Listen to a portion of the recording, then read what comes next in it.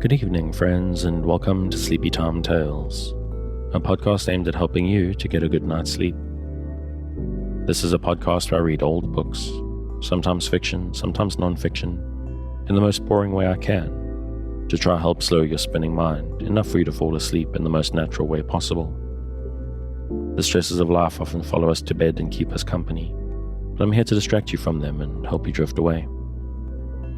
But before you do fall asleep, if you find Sleepy Time Tales helpful and would you like to support me to help keep it going out to you and thousands of your fellow insomniacs, please consider supporting on the Patreon at patreon.com/sleepytimetales. This is monthly support from as little as $2 a month that gets you fun bonuses. And also, if monthly is a bit much, you can of course just put a tip in the tip jar in the Ko-fi, which is linked in the show notes. And I mentioned a couple of times now, I'm not going to go on about it indefinitely, maybe once or twice more, that I am in a little bit of a financial bind at the moment, not a desperate one, but if you are able to and you've wanted to support the show and just never kind of got around to it, now would be a great time. And in that vein, I have to thank some people who have stepped up and given us a little something. Shout outs to Chris and Moya, very long time supporters. Also Margot and Kay, who've thrown something in the tip jar. And also Jennifer, who increased her support level on Patreon. I'm very grateful to every one of you. Thank you so much for your help. It really does make a difference. And to anyone else who's still considering it, but not sure if it's worthwhile, literally anything will be a help. And I'm not going to go on about that any longer. Thank you very much. Let's get back to some rather macabre things that people got obsessed with in the past. Although reading this, it's actually amazing how past and the present really are pretty much the same.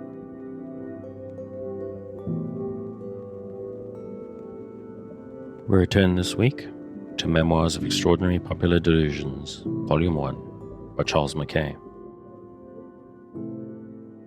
In England, many persons have a singular love for the relics of thieves and murderers or other great criminals. The ropes with which they have been hanged are very often bought by collectors at a guinea per foot. Great sums were paid for the rope which hanged Mr. Dodd, and for those more recently which did justice upon Mr. Fauntleroy for forgery, and on Thurtell for the murder of Mr. Weir. The murder of Maria Martin by Corder in the year 1828 excited the greatest interest all over the country.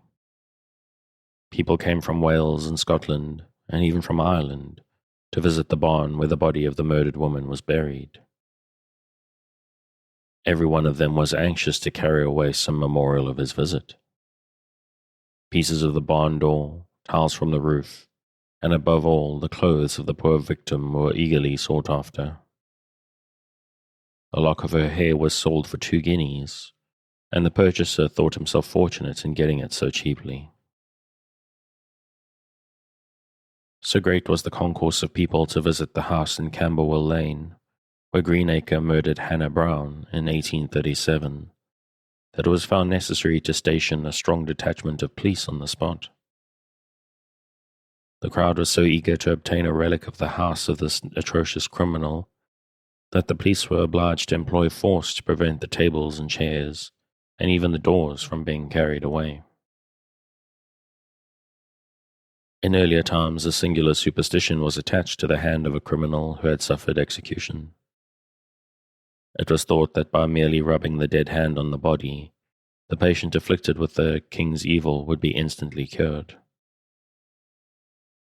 The executioner at Newgate, 60 or 70 years ago, derived no inconsiderable revenue from this foolish practice.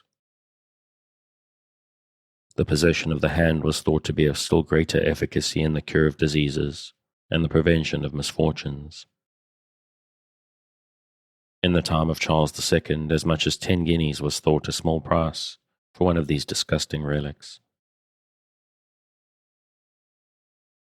When the maniac, Tom or Courtenay, was shot in the spring of 1838, the relic hunters were immediately in motion to obtain a memento of so extraordinary an individual. His long black beard and hair, which were cut off by the surgeons, fell into the hands of his disciples, by whom they are treasured with the utmost reverence. A lock of his hair commands a great price, not only amongst his followers, but among the more wealthy inhabitants of Waterloo, on which the Emperor wrote his dispatches. Snuff-boxes of Shakespeare's mulberry tree are comparatively rare, though there are doubtless more of them in the market than there were ever made of the wood planted by the great bard. Many a piece of alien wood passes under his name. The same may be said of Napoleon's table at Waterloo. The original has long since been destroyed, and a round dozen of counterfeits along with it. Many preserve the simple stick of wood, others have them cut into brooches, and every variety of ornament, but by far the greater number prefer them as snuff-boxes. In France they are made into bonbonnières and are much esteemed by the many thousands whose cheeks still glow and whose eyes still sparkle at the name of Napoleon. Bullets from the field of Waterloo and buttons from the coats of the soldiers who fell in the fight are still favourite relics in Europe.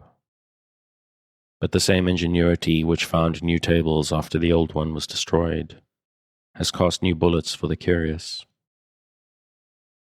Many a one who thinks himself the possessor of a bullet which aided in giving peace to the world on that memorable day is the owner of a dump, first extracted from the ore a dozen years afterwards. Let all lovers of genuine relics look well to their money before they part with it to the ciceroni that swarm in the village of Waterloo. Few travellers stop at the lonely Isle of St. Helena without cutting a twig from the willow that droops over the grave of Napoleon. Many of them have since been planted in different parts of Europe, and have grown into trees as large as their parent. Relic hunters, who are unable to procure a twig of the original, are content with one from these. Several of them are growing in the neighbourhood of London, more prized by their cultivators than any other tree in their gardens. But in relics, as in everything else, there is the use and the abuse. The undoubted relics of great men, or great events, will always possess attractions for the thinking and refined. There are few who would not join with Cowley in the extravagant wish introduced in his lines, written while sitting in a chair made of the remains of the ship in which Sir Francis Drake sailed round the world. And I myself, who now live quiet too, almost as much as any chair can do, would yet a journey take, an old wheel of that chariot to see, which Phaeton so rashly break. Modern prophecies. As epidemic terror of the end of the world has several times spread over the nations, the most remarkable was that which seized Christendom about the middle of the 10th century.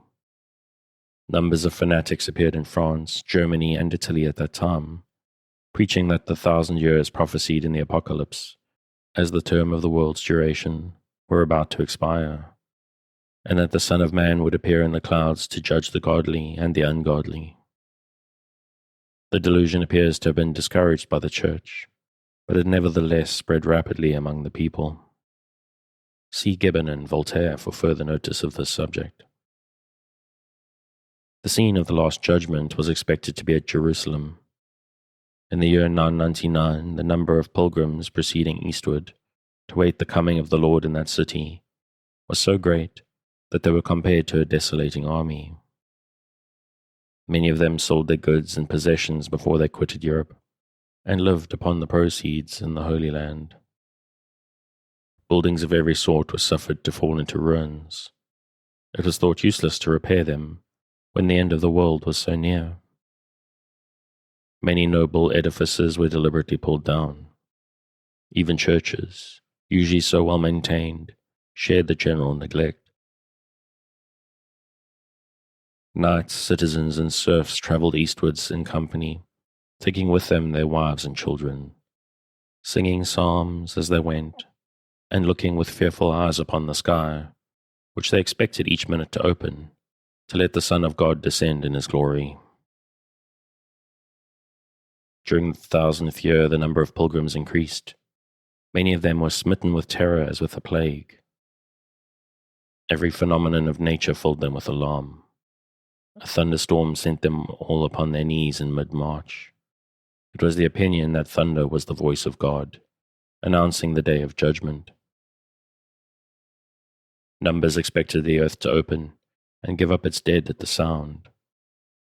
Every meteor in the sky seen at Jerusalem brought the whole Christian population into the streets to weep and pray.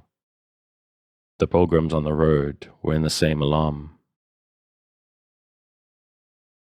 Fanatic preachers kept up the flame of terror. Every shooting star furnished occasion for a sermon, in which the sublimity of the approaching judgment was the principal topic. The appearance of comets has often thought to foretell the speedy dissolution of the world. Part of this belief still exists, but the comet is no longer looked upon as the sign, but the agent of destruction. So lately as in the year 1832, the greatest alarm spread over the continent of Europe, especially in Germany, lest the comet, whose appearance was then foretold by astronomers, should destroy the earth. The danger of our globe was gravely discussed. Many persons refrained from undertaking or concluding any business during that year, in consequence solely of their apprehensions that this terrible comet would dash us and our world to atoms. During the seasons of great pestilence, men have often believed the prophecies of crazed fanatics, that the end of the world has come. Credulity is always the greatest in times of calamity.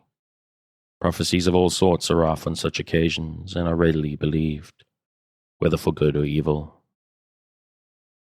During the Great Plague which ravaged all Europe between the years 1345 and 1350, it was generally considered that the end of the world was at hand. Pretended prophets were to be found in all the principal cities of Germany, France, and Italy, predicting that within 10 years the trump of the archangel would sound, and the Saviour appear in the clouds to call the earth to judgment. No little consternation was created in London in 1736 by the prophecy of the famous Whiston that the world would be destroyed in that year on the 13th of October. Crowds of people went out on the appointed day to Islington, Hampstead, and the fields intervening to see the destruction of London, which was to be the beginning of the end. A satirical account of this folly is given in Swift's Miscellanies, Volume 3, entitled A True and Faithful Narrative of What Passed in London on a Rumour of the Day of Judgment. An authentic narrative of this delusion would be interesting, but the solemn witticism of Pope and Gay is not to be depended on. In the year 1761, the citizens of London were again frightened out of their wits by 2 shocks of an earthquake, and the prophecy of a third which was to destroy them altogether. The first shock was felt on the 8th of February and threw down several chimneys in the neighbourhood of Limehouse and Poplar. The second happened on the 8th of March, and was chiefly felt in the north of London, and towards Hampstead and Highgate. It soon became the subject of general remark that there was exactly an interval of a month between the shocks, and a crack-brained fellow named Bell, a soldier in the Life Guards, was so impressed with the idea that there would be a third in another month that he lost his senses altogether, and ran about the streets predicting the destruction of London on the 5th of April. Most people thought that the 1st would have been a more appropriate day, but there were not wanting thousands who confidently believed the prediction, and took measures to transport themselves and families from the scene of the impending calamity. As the awful day approached, the excitement became intense, and great numbers of credulous people resorted to all the villages within a circuit of 20 miles, awaiting the doom of London. Islington, Highgate, Hampstead, Harrow, and Blackheath were crowded with panic-stricken fugitives, who paid exorbitant prices for accommodation to the housekeepers of these secure retreats.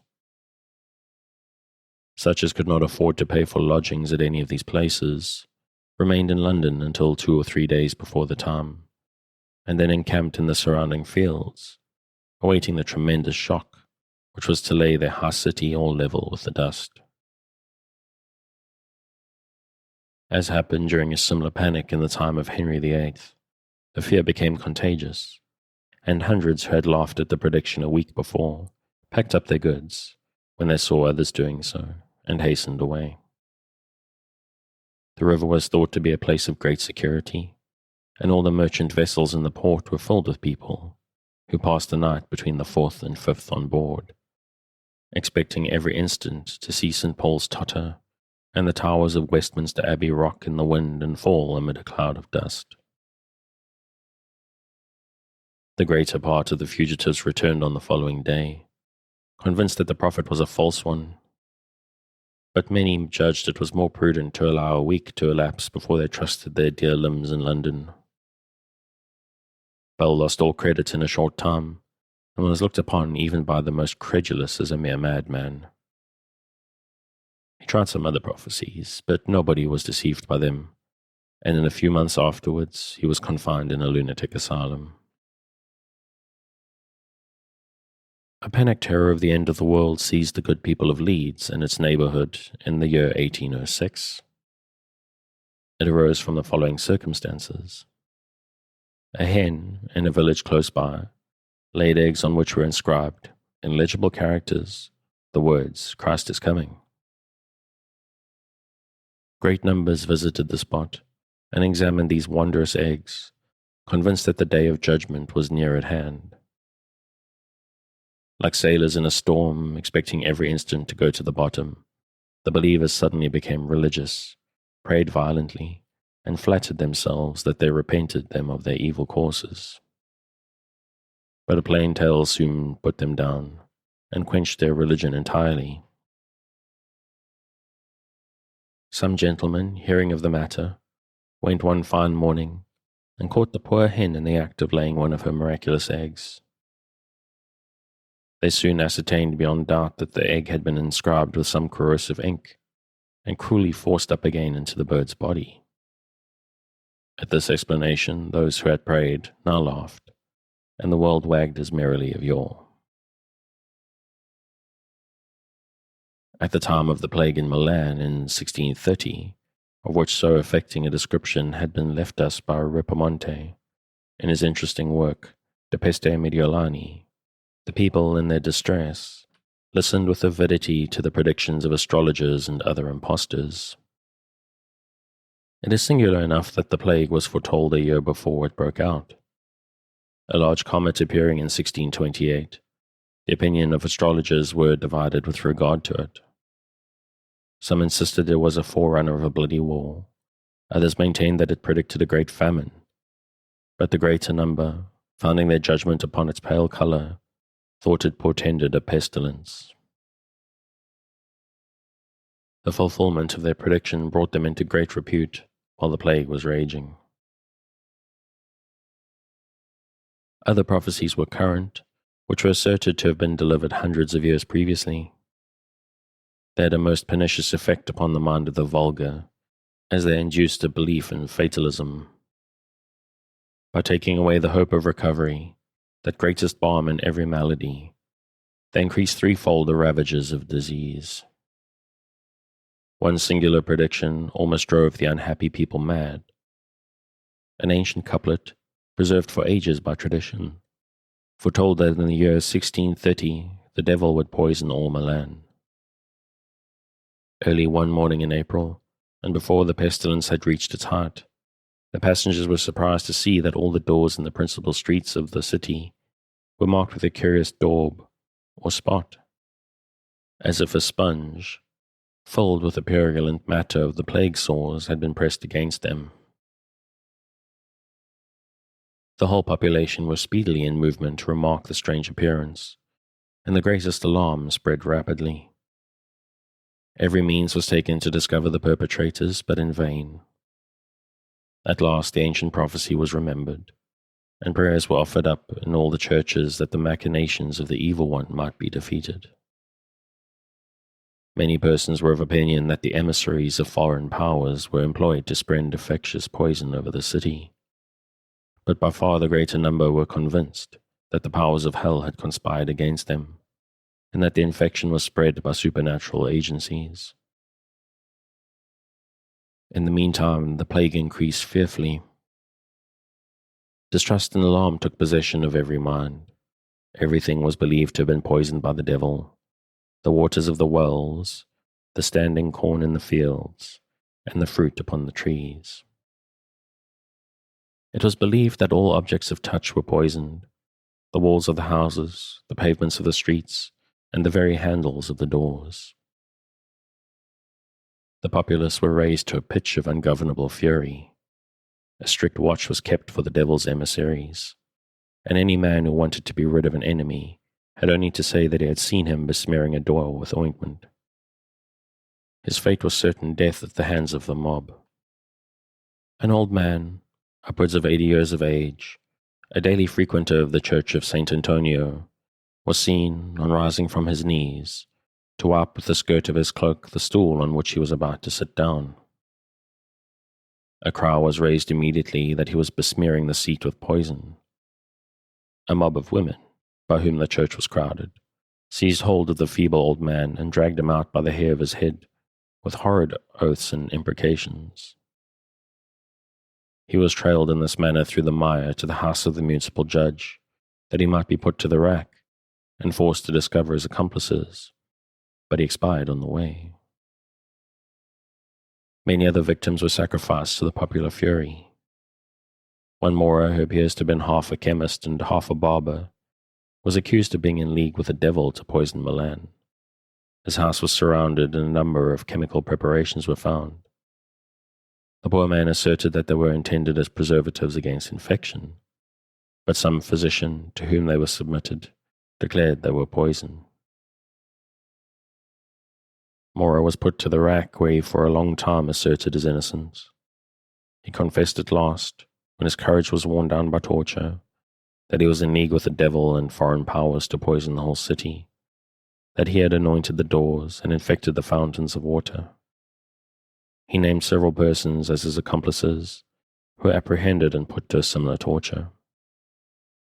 They were all found guilty and executed.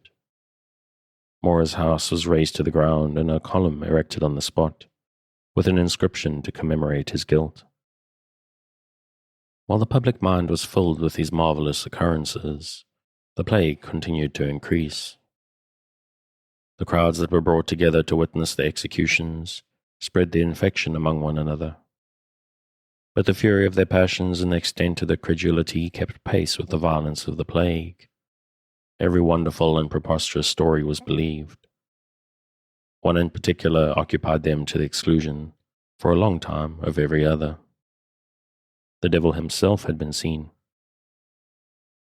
He had taken a house in Milan, in which he prepared his poisonous unguents, and furnished them to his emissaries for distribution. One man had brooded over such tales till he became firmly convinced that the wild flights of his own fancy were realities. He stationed himself in the marketplace of Milan and related the following story to the crowds that gathered round him. He was standing, he said, at the door of the cathedral, late in the evening, and when there was nobody nigh, he saw a dark-coloured chariot, drawn by 6 milk-white horses, stop close beside him. The chariot was followed by a numerous train of domestics in dark liveries, mounted on dark-coloured steeds. In the chariot there sat a tall stranger of a majestic aspect. His long black hair floated in the wind.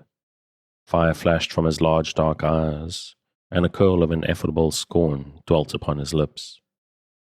The look of the stranger was so sublime that he was awed and trembled with fear when he gazed upon him. His complexion was much darker than that of any man he had ever seen, and the atmosphere around him was hot and suffocating. He perceived immediately that he was a being of another world.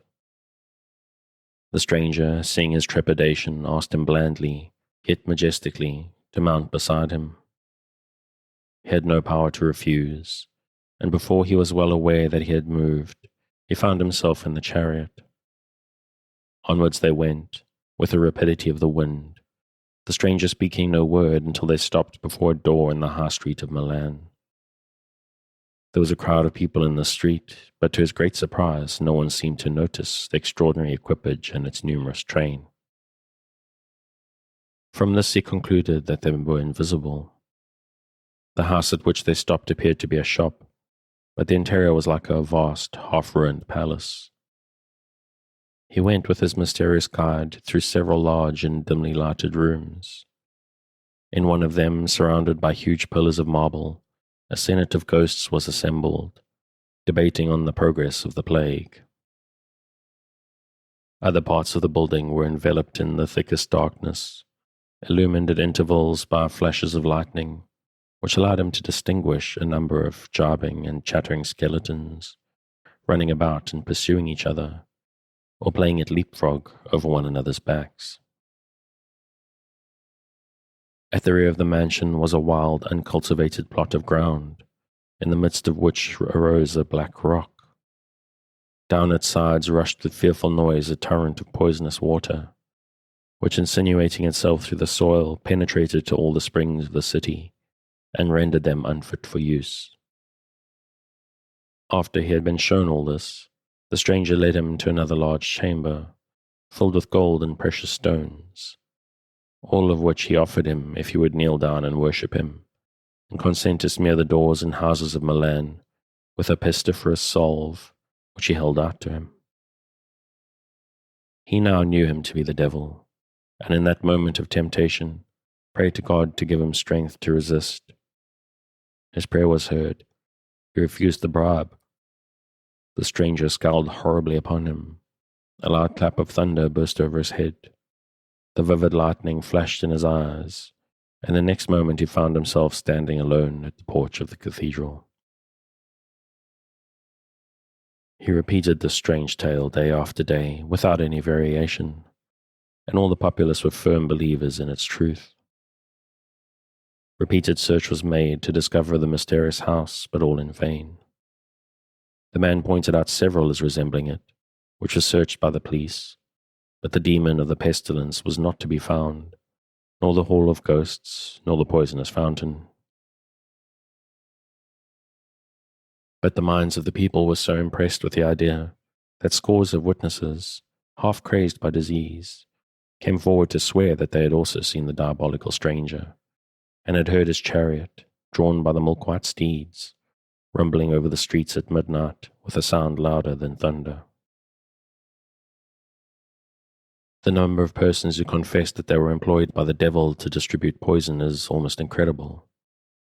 An epidemic frenzy was abroad, which seemed to be as contagious as the plague. Imagination was as disordered as the body, and day after day, persons came voluntarily forward to accuse themselves. They generally had the marks of disease upon them, and some died in the act of confession. During the Great Plague of London in 1665, the people listened with similar avidity to the predictions of quacks and fanatics. Defoe says that at the time the people were more addicted to prophecies and astronomical conjurations, dreams and old wives' tales, than ever they were before or since. Almanacs and their predictions frightened them terribly. Even the year before the plague broke out, they were greatly alarmed by the comet which then appeared, and anticipated that famine, pestilence, or fire would follow. Enthusiasts, while yet the disease had made but little progress, ran about the streets, predicting that in a few days London would be destroyed. A still more singular instance of the faith in predictions occurred in London in the year 1524. The city swarmed at the time with fortune-tellers and astrologers, who were consulted daily by people of every class in society on the secrets of futurity. As early as the month of June 1523, several of them concurred in predicting that, on the first day of February 1524, the waters of the Thames would swell to such a height as to overflow the whole city of London and wash away 10,000 houses. The prophecy met implicit belief. It was reiterated with the utmost confidence month after month, until so much alarm was excited that many families packed up their goods and removed into Kent and Essex. As the time drew nigh, the number of these emigrants increased. In January, droves of workmen might be seen, followed by their wives and children, trudging on foot to the villages within 15 or 20 miles to await the catastrophe. People of a higher class were also to be seen in wagons and other vehicles, bound on a similar errand. By the middle of January, at least 20,000 persons had quitted the doomed city, leaving nothing but the bare walls of their homes to be swept away by the impending floods. Many of the richer sort took up their abode on the heights of Highgate, Hampstead, and Blackheath, and some erected tents as far away as Walton Abbey on the north, and Croydon on the south of the Thames. Bolton, the prior of St. Bartholomew's, was so alarmed that he erected, at very great expense, a sort of fortress at Harrow on the Hill, which he stocked with provisions for 2 months. On the 24th of January, a week before the awful day, which was to see the destruction of London, he removed thither, with the brethren and officers of the priory and all his household. A number of boats were conveyed in wagons to his fortress, furnished abundantly with expert rowers, in case the flood, reaching so high as Harrow, should force them to go further for a resting place. Many wealthy citizens prayed to share his retreat, but the prior, with a prudent forethought, admitted only his personal friends and those who brought stores of eatables for the blockade. At last the morn, big with the fate of London, appeared in the east. The wondering crowds were astir at an early hour to watch the rising of the waters. The inundation, it was predicted, would be gradual, not sudden, so that they expected to have plenty of time to escape, as soon as they saw the bosom of old Thames heave beyond the usual mark. But the majority were too much alarmed to trust to this, and thought themselves safer 10 or 20 miles off. The Thames, unmindful of the foolish crowds upon its banks, flowed on quietly as of yore. The tide ebbed at its usual hour, flowed to its usual height, and then ebbed again, just as if 20 astrologers had not pledged their word to the contrary. Blank were their faces as evening approached, and blank grew the faces of the citizens to think that they had made such fools of themselves. At last night set in, and the obstinate river would not lift its waters to sweep away even one house out of the 10,000. Still, however, the people were afraid to go to sleep. Many hundreds remained up till dawn of the next day, lest the dead should come upon them like a thief in the night. On the morrow it was seriously discussed whether it would not be advisable to duck the false prophets in the river. Luckily for them, they thought of an expedient which allayed the popular fury. They asserted that by an error, a very slight one, of a little figure, that fixed the date of this awful inundation a whole century too early. The stars were right after all, and they, erring mortals, were wrong.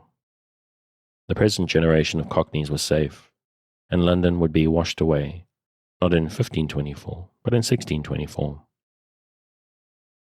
At this announcement, Bolton, the prior, dismantled his fortress, and the weary emigrants came back.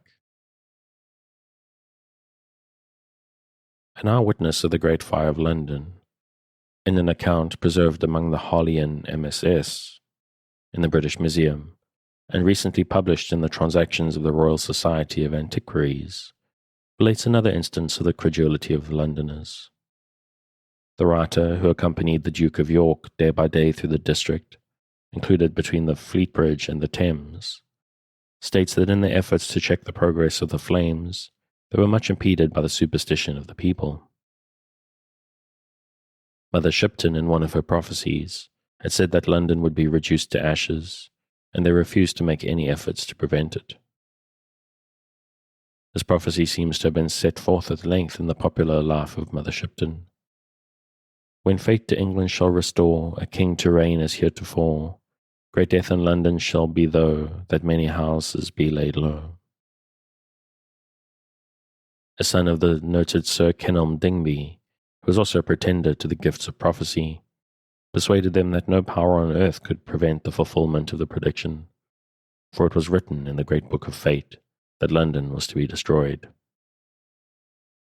Hundreds of persons who might have rendered valuable assistance and saved whole parishes from devastation folded their arms and looked on. As many more gave themselves up, with the less compunction, to plunder a city which they could not save. Okay, we're about to go into a lot of details about Mother Shipton, so I think I'm going to call it there, and we'll pick up there in a few months. As always, if you'd like to carry on where I'm leaving off, you can find the original on Project Gutenberg at the link in the show notes. Thanks again for joining me on this episode of Sleepy Time Tales, a podcast designed around a bedtime story to help you to get a restful night. New episodes will be released every Sunday night to give you something fresh to help you rest in a new week. But make sure to follow or subscribe in whatever service you use so that you get the new episodes whenever they come out. Good night, and sweet dreams.